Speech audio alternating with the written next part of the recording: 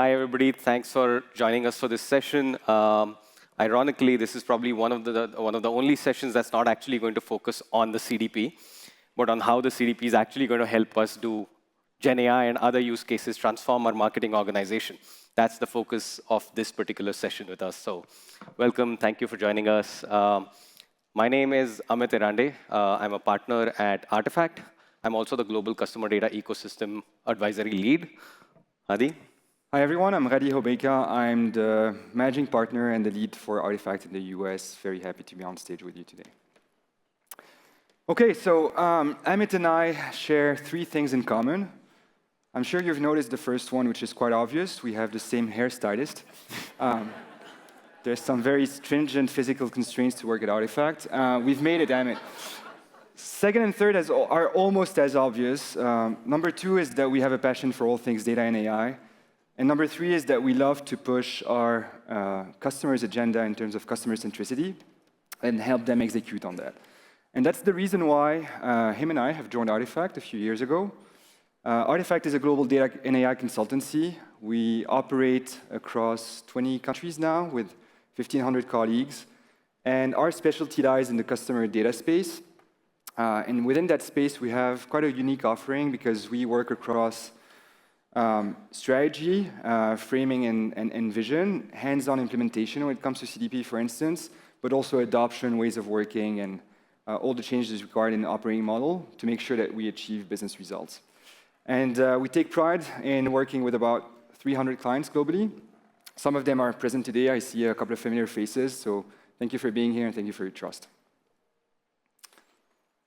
OK, so let me start by saying that I'm really excited to stand here in front of you and talk about this particular topic, which is how GenAI actually is going to transform marketing organizations. And it's not like this is the first time we're talking about AI and machine learning. It's been around for a while.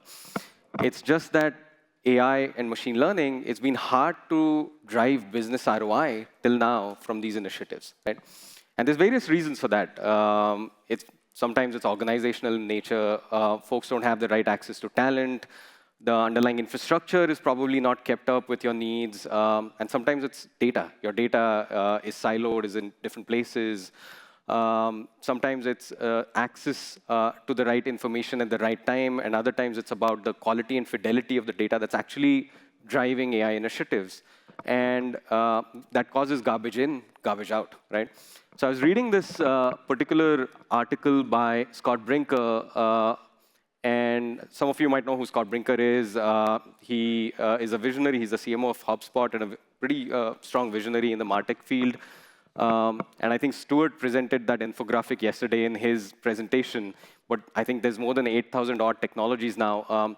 So what he's saying is that there is a foundational importance to a unified data layer, which is then going to power the innovation of tomorrow. And I go back to why I'm excited to stand here in front of you and talk about this topic, because we are at a CDP conference, and the customer data platform is the technology that Scott is pointing to in this particular quote as the layer that's actually going to power the innovation for tomorrow. And I think Kaz also sort of highlighted this in his keynote yesterday, where he pointed to AI agents and the ability for GenAI to drive innovation here. So again, I'm sure a lot of you have seen variations of this infographic multiple times. So I know I'm preaching to the choir. So I'll try and be as quick as possible. But I want to go one level deeper into why a customer data platform is that layer. Starting on the left here, ingestion platform like Treasure Data brings a really powerful integration framework that actually brings a lot of data across your organization together, has a really powerful unification and transformation layer that unifies this data, improves the fidelity, improves governance on it, creates a golden layer, as we like to call it. And we don't stop there, right? That powers marketing activities like segmentation, that powers activation, and that powers a lot of business activities. Now, this same layer, in the next few minutes, what we're going to do is we're going to use the foundational layer here, and we're going to show you 3 real-life use cases that we've actually implemented at our clients across 3 different business problems that we've solved using GenAI.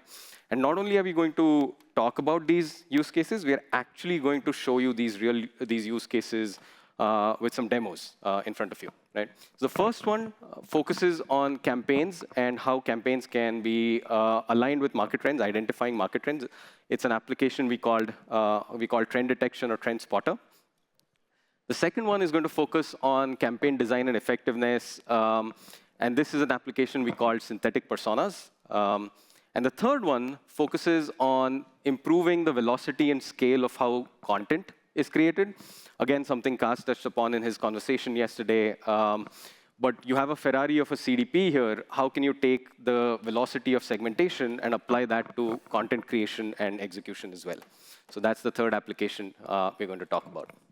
So Hadi, why don't you kick us off with the trend detection? Sure, let's do it. So trend detection, before taking that role at Artefact, I was a CMO, probably like many of you in the room today. And there was one question that my CEO kept asking me all the time, which is, Ghadi, tell us, what's going to be trending in the next 6, 9, 8, 12 months? What should we focus on? Can we change a little bit the tone of our messaging?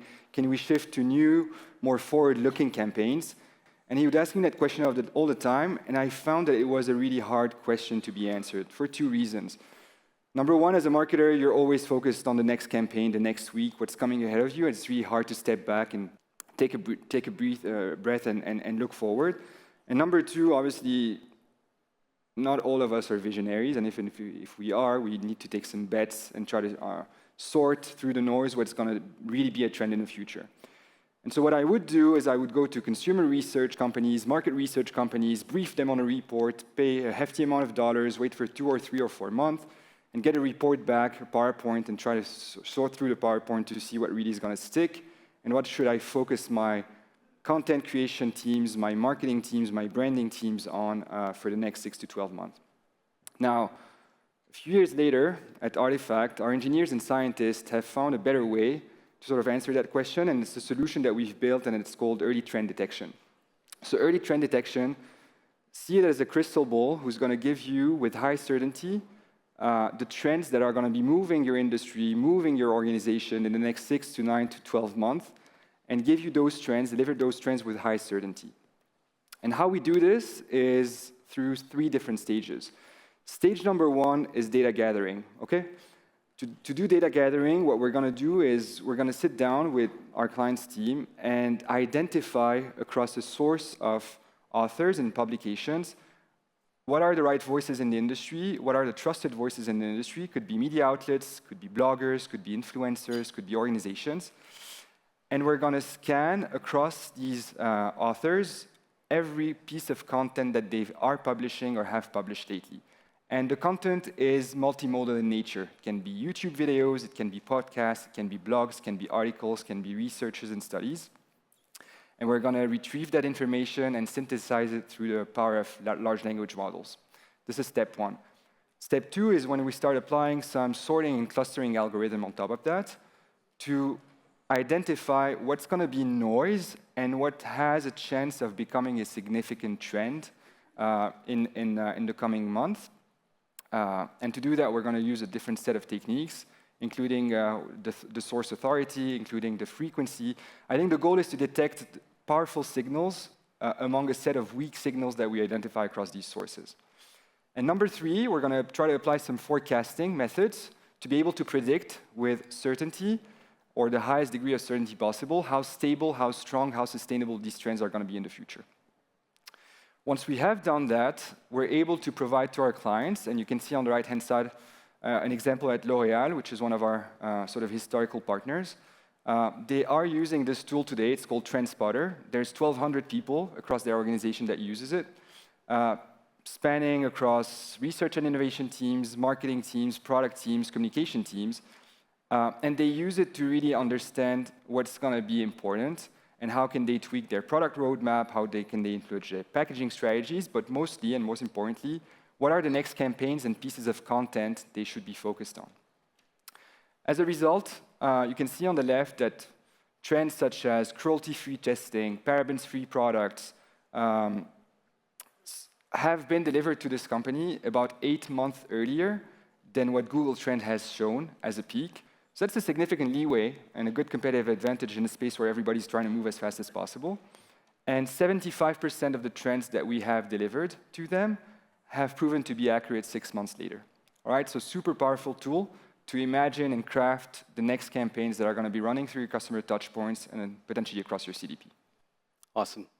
So the second use case we're going to look at today is something we call synthetic personas. And to understand this use case, I want to take a step back and talk about how a campaign is typically designed, right? You start with a hypothesis. The hypothesis could be based on the trend that Ghadi talked about. It could be based on historical information, and a lot of times it's also based on guesswork on what's going to work and not work. So with this beginning, you bring data together, you create segments, you maybe create a journey, you activate that journey across an activation channel, you think about the right creative, the right copy that needs to go along with that particular campaign. Then you activate the campaign and you wait for results, and then you realize that the results are not achieving the KPIs that you planned. You tweak the campaign, maybe you change the creative, you add a propensity model, and you activate this again, and you have a whole cycle of optimization going along again, right? So this takes time and effort from an organization. What if we could use GenAI to actually create a persona or a set of personas that can help you identify what the right initial hypothesis is, right? The hypothesis is where we have to make better effectiveness of the data that we have in a unified data layer like the CDP, like treasure data, and then drive better campaign effectiveness downstream. So that's the application. Let's take a look at what we have here. So this is something, the UI that we built on top of it. There are some clustering settings that you can choose. If you don't choose these settings, that's OK too.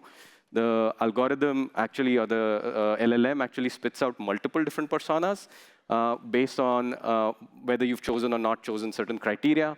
So here we have Lisa, and it's a really strong, powerful UI in which you get a lot of information about Lisa's interactions with the brand, her purchasing habits, her RFM modeling, if you want that, and all of that is available at the click of a button to the marketer.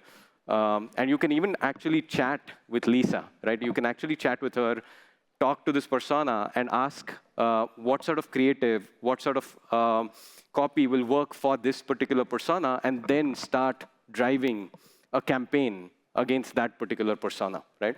Super powerful. This is, again, going back to what Kaz mentioned, this is no longer just about marketing. This is really powerful for marketing, but what we've seen our clients do is widen the scope of activities like this on the customer data platform, and then make this available for other teams, like product teams, for product market fit. So there's so much more that you can do with a persona generation tool like this. So it's really powerful. It's been widely utilized and used at a couple of our clients in Europe as well as North America. All right, let's tackle the third use case, content creation, and how can we use GenAI to do that. So CDP World community, we're in Vegas. Let's place some bets. I have a tricky question for you. Who thinks that the image that's been generated by AI is the whale, by show of hands? OK. Who thinks it's the elephant? All right, everybody's leaning towards the elephant. Actually, it was a tricky question. Both are. Who needs a photographer anyway? So I think we are at a point where the longest-lasting barrier. No, everybody needs a photographer. We actually have a few here. So the longest-lasting barrier to mass personalization is finally down.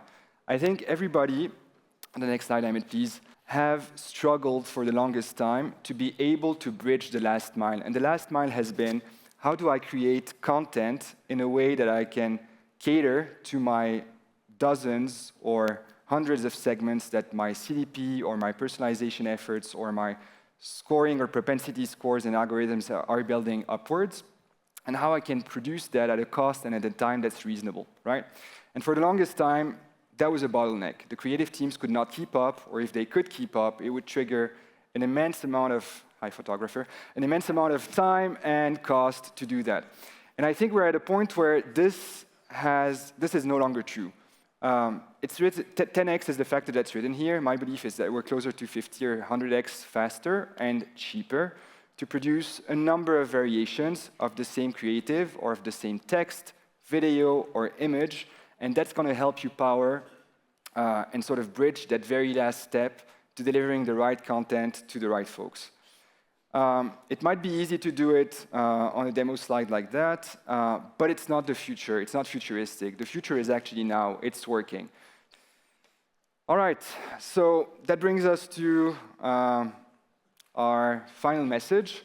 I think you've understood the message. We are true believers that CDP are at the very heart of your transformation and your data and AI transformation in the future. We also believe that appending your CDP with GenAI capabilities is really what's going to make the difference. GenAI times CDP is the future of customer centricity. We were very happy to share this with you today. We are very proud to be Diamond sponsors for the second year in a row at that fantastic event, CDP World. So congratulations to the Treasure Data team. Well done, guys, for 2 years in a row. Excellent event. Great job. And let's continue the conversation at our booth. Thank you, everyone. Thanks, everybody.